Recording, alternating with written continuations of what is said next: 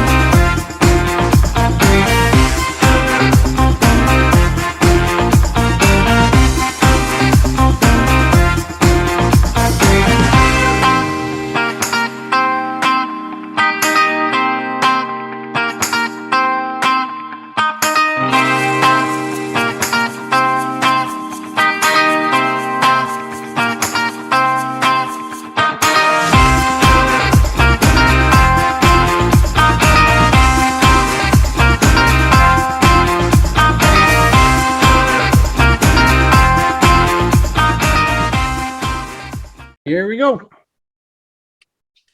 Hello, friends. Welcome back to the Stickers and Scuffs podcast. This is Cam K, along with my good friend Graydon Bunn.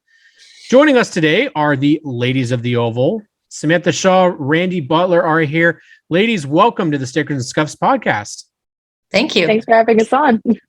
Well, we're excited because, there's one thing that we like to talk about, and that's motorsports. And, I'm very curious because this program, something that I just kind of saw on social media, and I'm not going to say I don't know anything about it, but I'd like to know more. And I think everybody in the motorsports community should hear about this program, learn a little bit more about it. But before we get to all that, I'm curious how both of you guys got into racing and why racing kind of is something that you're a part of. So we'll start with who wants to go first? I'll start with Randi. Okay. Why I got started in racing. My father used to race at Sunset in 1980. Grew up around cars, with cars, watching him work on cars. He got me started actually in demolition derbies to begin with. Yeah. So I was doing those for a little bit, and then he asked if I wanted to race. And of course I said yes. And then I've been racing now for 11 years. Now I'm part-time now for the past 3 or 4. But yeah, that's always been a car family. What about you, Sam? Well, I mean, you guys hang around short track racing. Have you heard the last name? Yeah.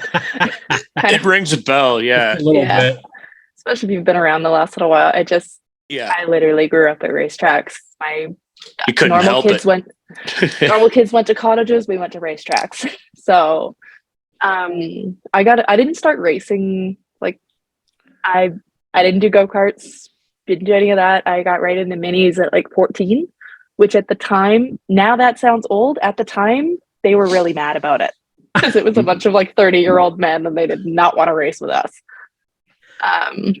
But then, yeah, because that was the year Dale, Lane, Zardo, and I all started at the same time together. So we were kind of the first little youth movement. It was very small, and we were all from racing. We were all from Racing Blood, so it wasn't as loud. But a couple of years later, then we had Trayton in. At, what was he, 9? I don't know. He was tiny. Yeah, he hasn't really changed. True, he's a little taller now. Yeah. But yeah, so I ran Flamborough for more years than I care to admit, and then I went to Sunset, and I really haven't left. No, I mean, this is what's interesting is that you guys kind of came from two different paths. Running out of Sunset Speedway obviously is where you guys come together. But I'm curious, first being at the racetrack, was there a large presence of women at the racetrack, not just as fans, but as drivers as well? I know when I started at Barrie Speedway, there was only a couple of females racing. And when I left Barrie, I was the only female racing there. When I came to Sunset, I couldn't believe the amount of females there. That's awesome. Flamborough had a few, 2 or 3 when I started. We had more than other tracks. Flamborough's always kind of had more than other tracks. It's kind of strange.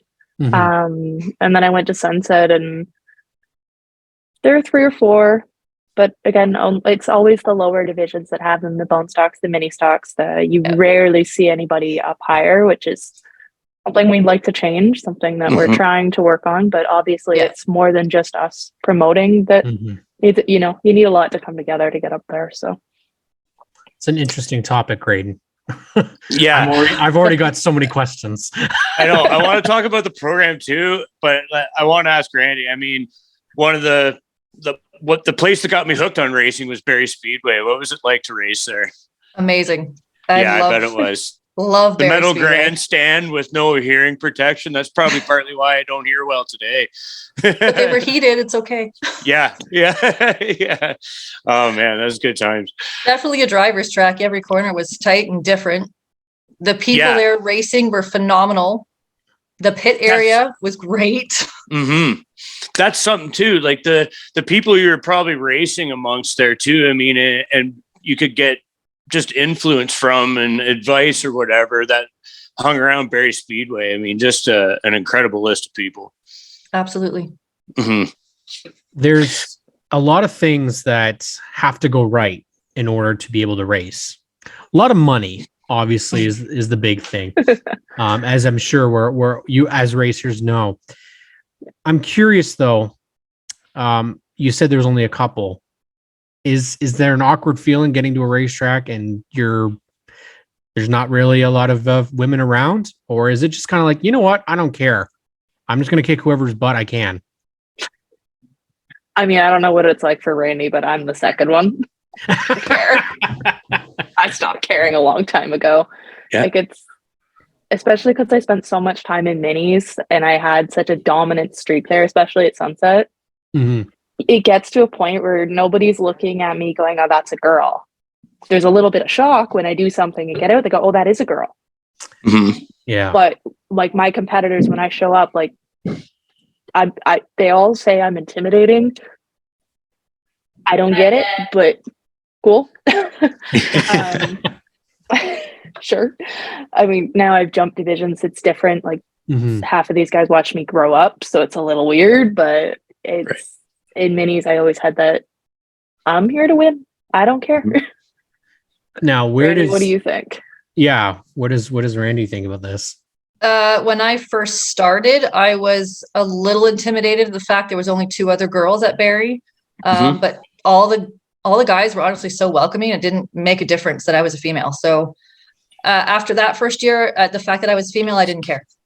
See, that was going to be my question. I think Graydon, was going to say the same thing, is they were welcoming, which yes, they were.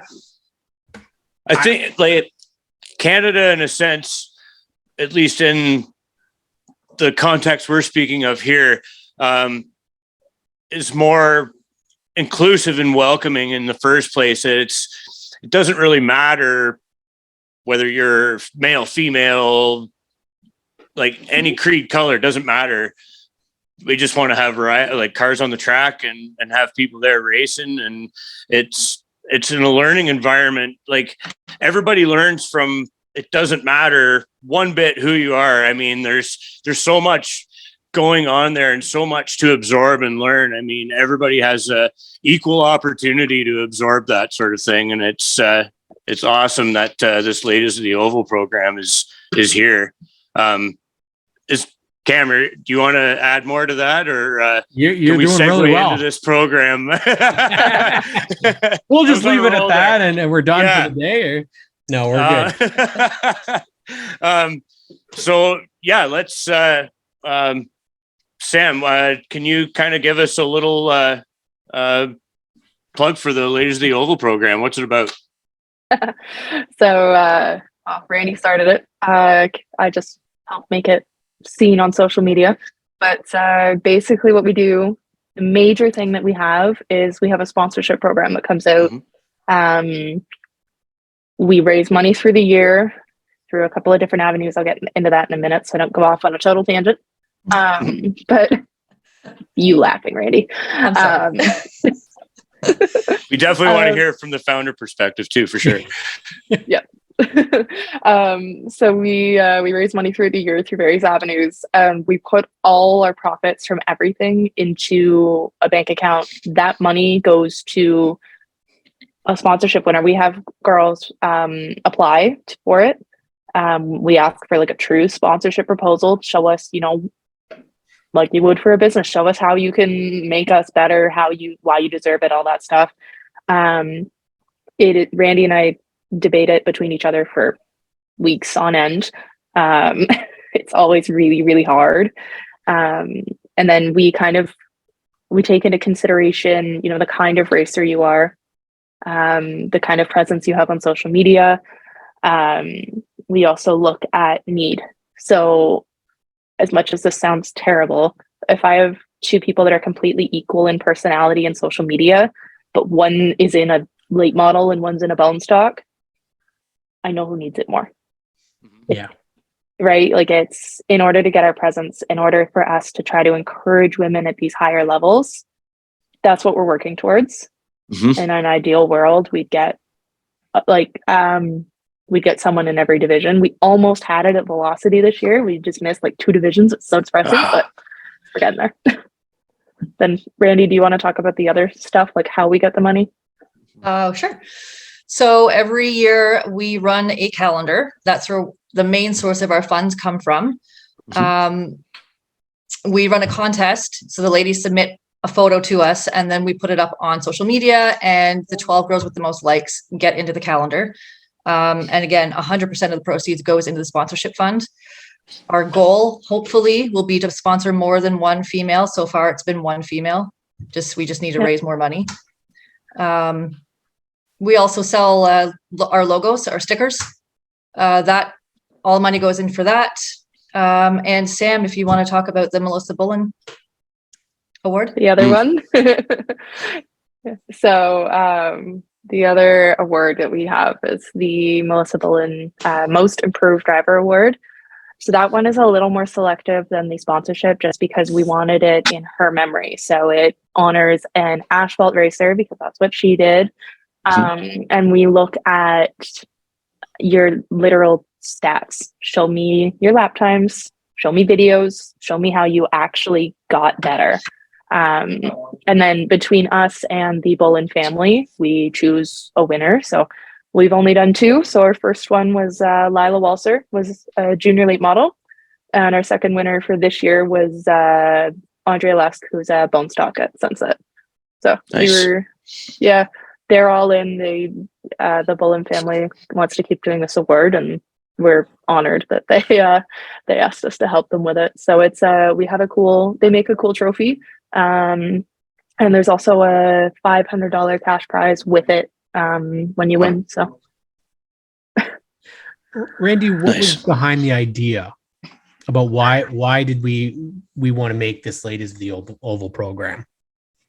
I wanted to showcase female talent based on their driving abilities, which is in every calendar it says that. Like, we want it to be. That's why you don't see sort of provocative calendar. It's usually the girls are in their fire suits with their cars. We want to showcase the talent that is out there, and we are nationwide now. So we are across Canada. Awesome. Our calendars have gone into the States as well. So that's Australia, but we only feature Canadian drivers. That's great. It's just what we want to hear. That's what you guys want to see too, is growth, right? You're expanding your reach. I mean, that can only help business. Yeah. So this year our calendar is I think it's almost 50% from Alberta. Like I think yeah, I think almost we got- half of them are all from the same track in Alberta. Yeah, Heath, isn't it? Hythe, I think it is. Hythe. Hythe. I don't know. I know it's asphalt. That's all I got for you. But there's a late model, a Thunder car, a box stock thing. I forget what her division is actually called, but there's like a bunch of them. It's pretty wild, actually. And quite a few of the calendars are going that way now this year. Remarkable. Absolutely remarkable that you guys are getting that type of steam. But I hate to say that it's needed, but it is. I mean, the one thing that always used to irritate me so much about when Danica Patrick was in NASCAR is that all they ever talked about was her looks. And I'm going to throw this out there. I know it's an open wheel division, but I'm very curious because you guys are both female racers. You're invested in wanting to help female racers. The W Series is an open wheel series that was only female run. Now it's, of course, collapsed, it sounds like, and it doesn't sound like it's going to continue the way it was. But do you feel that a series like that hurts or helps female drivers? Because they are getting their own platform, they're all getting their own time slot, but I'm very curious to see what you guys who've actually been in there racing against the guys would think about that. There's been many female only divisions. Like what was the I forget what the Sunset one was called, but to me it hurts it. How can we say we're the best if we're not racing against the best? Well, I wouldn't want to be segregated now, Sam. I mean, the best example I have is look at the salaries of the NBA versus the WNBA. There you go. Look at the talent level. Those girls are probably just as good and they're never getting the attention that they deserve. Where if a girl were to go and make the NBA and beat everybody, that girl would be set for life. She could only play one game, set for life. Yeah. And in NASCAR, I think what would help more, it's great to get those girls experience in those cars, but they need to then transfer that into sponsorship to run IndyCar, to run not that series, to run the big stuff. Because that's what we need. We need someone like my favorite example, my favorite short tracker, Joanna Long. Love her. Oh, have always loved her. Yes. Beat me to a question. So she was my favorite, but she got to trucks and didn't ever get the funding to get out of the terrible trucks. So she failed out of NASCAR because she never got the money to do it. Yeah. And like the girl literally beat Kyle Busch on a short track. And like even when she gets in her pro late model now, she's still very competitive. I know that's an American example, but like, sorry, proving my point. But it's a good it's example. applicable. Yeah, because people know who Johanna Long is, and I think again we've seen the failures of what has happened with Danica Patrick. Perfect example. Let's just take somebody from a completely different discipline and expect them to do very well and throw them straight into the Cup Series. She was competitive when she was in the Rusher to Cup Series. Well, she finished 10th in the standings. She had some really solid runs, and then it was like, all of a sudden, let's just move her straight up. And one of the things that we've talked about is the lack of women in APC series, in the NASCAR Pinty series specifically. I mean, we have Chantel Kalika, but she only is able to make 2 races a year. And I was, it's hurtful to see no female representation. I mean, we've seen, I think Peyton Jacobs was there a couple of years ago in the APC series, but not there anymore. And so what is the biggest hurdle that we've talked, that you guys see? Is it the funding? Is that really what it is? Honestly, if you're talking about like the upper levels, it's funding. Because as much support as I've had through my career, without NTN coming on like they have, I would still be in mini stocks. And I've always had great sponsors. We build everything ourselves. Like we're not spending like crazy. We're really good at keeping ourselves under control. I mean, for racers. But with this NTN funding, I'm able to do more. I'm able to push, I'm doing Sunset, and we're hoping to get, go a little further next year. Hopefully, eventually I'll be APC. Like we talked about rushing people to Cup. We're not rushing me to APC. Once I prove I can drive at other tracks on regular nights, then we'll try that. Yeah. But at APC, like the whole field is like 2/10. You're 3/10 off, you look like a boob. It sucks. Yeah. That's why you want to race it. But Yeah. so like for me, the biggest thing is funding. Like no matter the gender, like it's period funding. The biggest thing, and I've somewhat used it to the advantage, is sometimes you get companies that are like, you're a girl and you race, like that's great. However, it's not often. And even other males will tell you sponsorship is almost impossible to get no matter what. So. Yeah, so, like it can be, I was going to say it might be used in as sort of leverage, but I mean, at the end of the day, it's a racer problem. It's not a gender problem, right? It's just, it's so, I mean, Cam and I both, we've kind of knocked on doors and shook trees for some drivers, and I've done it myself for a female driver too, trying to line stuff up. And it's not any one thing. It's just companies are either completely unaware of certain series existing, or it's just the climate right now. It's just such a tough sell. Yeah. I don't know. I don't know what the answer is, but the fact is that you guys have a program that is actually, like you say, you have bigger goals of sponsoring more people. But the fact that you're trying to do this even to award to one person is it's awesome. I mean, that's where it starts. I mean, it's because I'll tell you those young racers that you have in this program, or even that you just post about, I would not know some of the names unless you posted about them. And now all of a sudden it's like, oh, okay.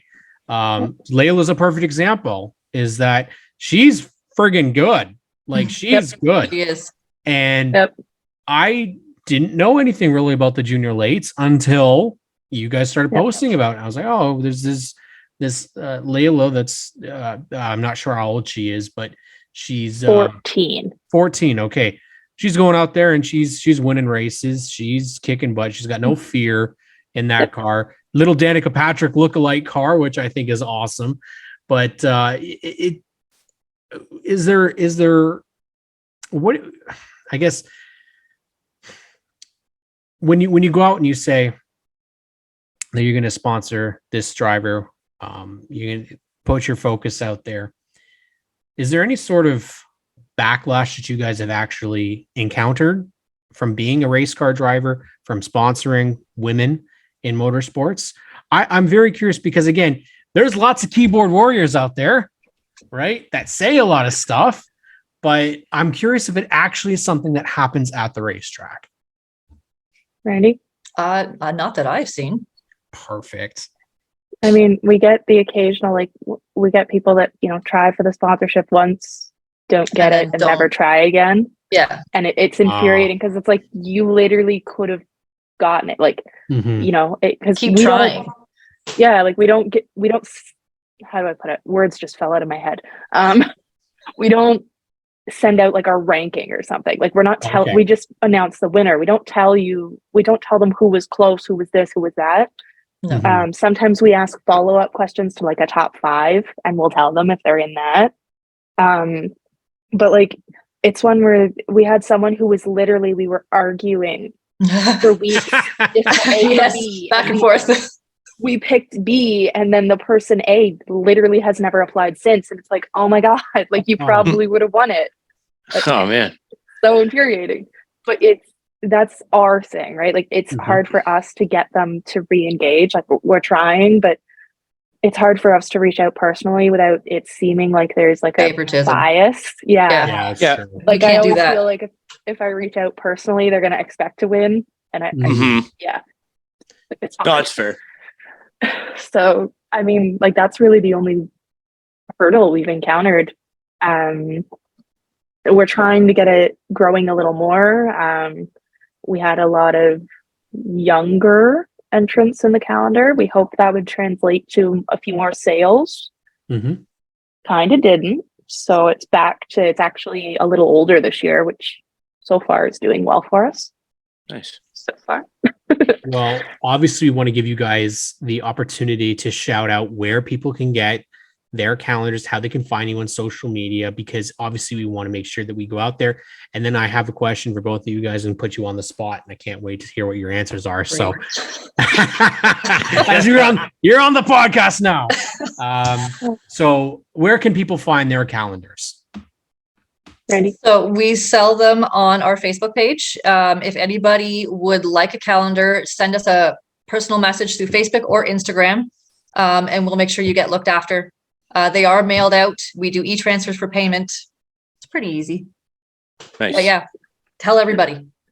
That's what we're on here for. Yeah, you just did. Yeah, Or once we release it. We're not gonna say like overnight you're gonna get like $1 million worth of sales or anything. That's not really what we're gonna say. But if we can, spread the word about it. Again, you mentioned you're on Facebook and Instagram. Yeah. And then of course you also sell your decals as well. You said as well, right? Yes. Okay. Yes. Perfect. So Yep. with regards to the female racers that you guys have had in the program, how does one get into the calendar? So we will post usually in September, right, Sam? Yeah. Around the end of September, we post saying that the calendar contest is open. Please submit to us a photo, and then it has the rules and regulations, what the photo can and can't have. And then Sam creates an album for that. And then when the time is up for submitting your photos, she posts it to our page. And then you usually have 2 weeks to vote. So then the girls go out and they push their family and friends and get as many votes as they possibly can. You can only vote once because it's just a like on the picture. Nice. And then when that time frame closes, we tally up the votes and the top 12 girls are in the calendar. And is this open countrywide? Canada-wide. Canada-wide, any division? Any division, asphalt and dirt. Asphalt. As long as it's an oval. As long as it's an oval. Yeah, it'd be a little weird if it was ladies of the oval and sometimes road courses. You know. It doesn't flow as There's well. lots in go-karts. It's just not our thing. Fair It's not enough. our focus. Fair The enough. odd time we do get submissions from girls in the States. So Wow. if we do have that, I'll take the top female out of country and give her an honorable mention in the back of the calendar. Cool. That's amazing. I love hearing this. That's as accommodating as you can be without making a Really. whole other month. Absolutely. A great idea, a great program. You guys obviously, I know Sam and Randy, you guys are both racers, but I'm going to put you on the spot and ask you, who is somebody within that is a female racer in Ontario that you're aware of?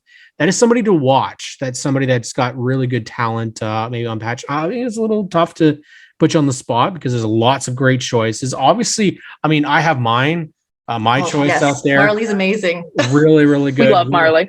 Yeah, Love really, Marley. really very nice, good personality. Won't do an interview, but we're going to try and convince her one of these days You should. to do it. But she's hard to catch. She likes to hide. Yeah. We're not as scary as we look, I promise. But who's somebody that we should keep an eye out, at least as racing fans in Ontario? I'm going to go ahead and say, keep an eye out for Sam in her pro late because she's getting better every time she's out there. Not being biased, I swear. You're doing really good. Jesus. Pressure. I appreciate it. We've really worked our butts off. Last couple races over a year there, we truly felt like we had a couple torn away from us because I was really fast. But I think it's going to get good. That NTN blue is a nice color too. it stands out so well. It so does. does It's almost the, like Petty blue-esque. It's really, it is a standout blue. Yeah, like someone posted a video from Sunset during like velocity practice, and it's not even zoomed in, and you can see the car. Spotter's work made easy. Well, sort of. We kind of have 4 cars, and we trade who's in them all the time, and yeah. Oh yeah, that could be it. Keep it interesting. Yeah, it's there has been some mix-ups, and it's been funny. But honestly, like Marley was gonna be my pick. You stole her. Yeah, she's good. Because I love watching her run the super. She does awesome. Mhm. I'm trying to remember who else we've got that's like really good. Honestly, like you guys mentioned Layla. She Yes. is moving up this year. Ooh, So she's out of the okay. junior. Okay. I'm not releasing what she's doing or No. where. Like I've No, been that's- helping her with it, but Okay. we're really excited to see what she does because it'll be kind of a bit of a jump from a junior. I would imagine Nice. so. I would There, imagine good so. little Well, teaser there too. yeah, not bad at all. The ladies of the Oval, Samantha Shaw, Randi Butler, thank you guys for coming on and chatting with us. Definitely the invitation is always open. We'll make sure we post some stuff about your calendar. And I mean, I think what both Graydon and I are huge supporters of what you guys are doing. And we love I'll the jump on idea. that Facebook page and grab a Yeah. calendar after we're I think done. we're going to have to do that Perfect. ourselves. So I'll make sure you definitely. guys get one. Absolutely. Well, And a decal for my trailer. I'm going to get one yeah, of those well, too. that's right. We're decal people as well, so we'll definitely make sure we do that. Thank you guys for tuning in to the Stickers and Scuffs podcast. As my cat moves my laptop, we'll catch you all next week.